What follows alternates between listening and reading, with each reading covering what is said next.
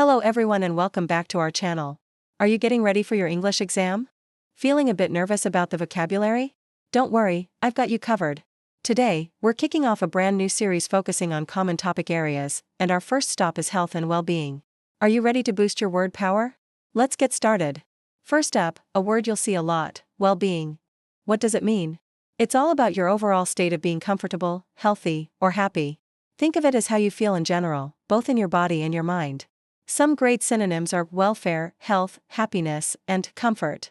For example, you could say, regular exercise is important for your overall well-being. Or, the company is focused on employee welfare. See? Easy. Next, let's talk about nutrition. This is a key part of health. Nutrition is the process of providing or obtaining the food necessary for health and growth. Good synonyms are nourishment or sustenance. A sentence could be, good nutrition is essential for a child's development. Or, she studied nutrition at university. This word is all about the food we eat to stay healthy. Now for a word we all need to understand: symptom. A symptom is a physical or mental feature which is regarded as indicating a condition of disease. Think of it as a sign from your body that something isn't right. Synonyms include sign, indication, or manifestation. For instance, a high temperature is a common symptom of the flu. Or, he described his symptoms to the doctor. Let's move on to treatment. When you're unwell, you might need treatment. This is the medical care given to a patient for an illness or injury. You could also call it care, therapy, or remedy. For example, the doctor recommended a course of treatment for her back pain. Or, there are several therapies available for this condition. Here's another important one: prevention. Prevention is the action of stopping something from happening or arising. It's about being proactive. Think of avoidance or deterrence. A great sentence is, prevention is always better than cure. Another one is, wearing a helmet is an important safety prevention when cycling. Let's discuss mental health. This is a huge part of well-being. It refers to a person's condition with regard to their psychological and emotional well-being. Synonyms can be a bit tricky, but you can think of it in terms of emotional health, psychological well-being, or state of mind. For example, it's important to talk openly about mental health. Or, stress can have a negative impact on your state of mind. Remember, looking after your mind is just as important as looking after your body. If you're ever struggling, please reach out to a trusted adult or a professional. Your well-being matters. Now, let's look at the word exercise. This is a classic health word. It's an activity requiring physical effort, carried out to sustain or improve health and fitness. You can also say physical activity, working out, or training. For instance, I try to get at least 30 minutes of exercise every day.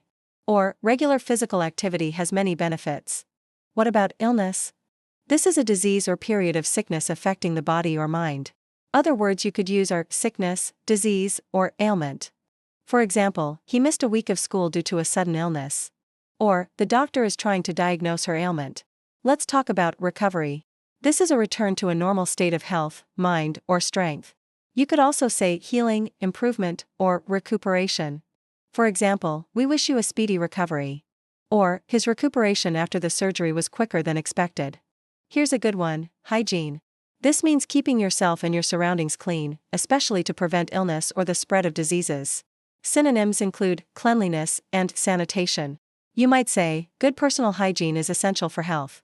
Or, the restaurant was praised for its high standards of sanitation.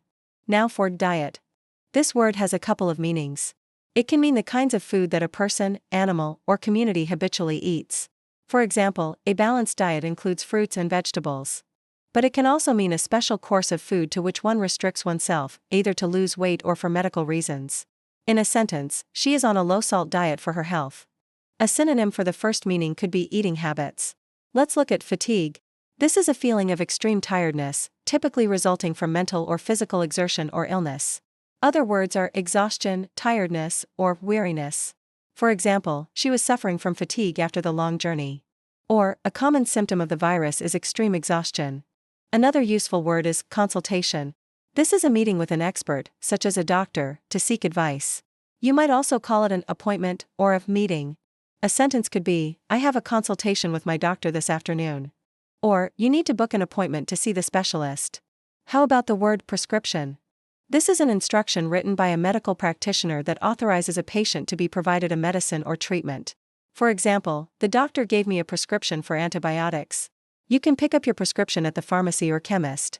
Let's add balance.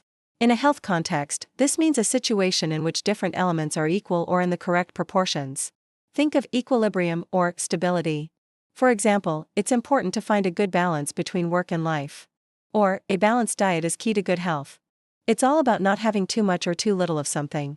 And our final word for today is lifestyle. This is the way in which a person or group lives.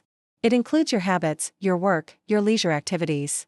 You could also talk about someone's way of life. For instance, a healthy lifestyle includes regular exercise and a balanced diet.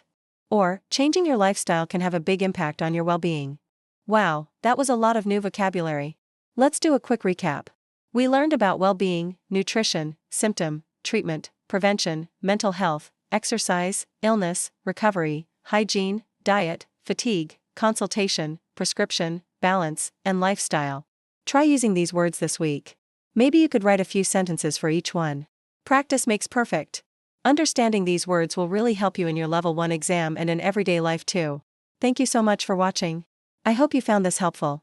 If you did, please give this video a thumbs up and don't forget to subscribe to Kids World for more videos to help you ace your exams. Let me know in the comments which topic you'd like us to cover next. See you in the next video. Bye for now.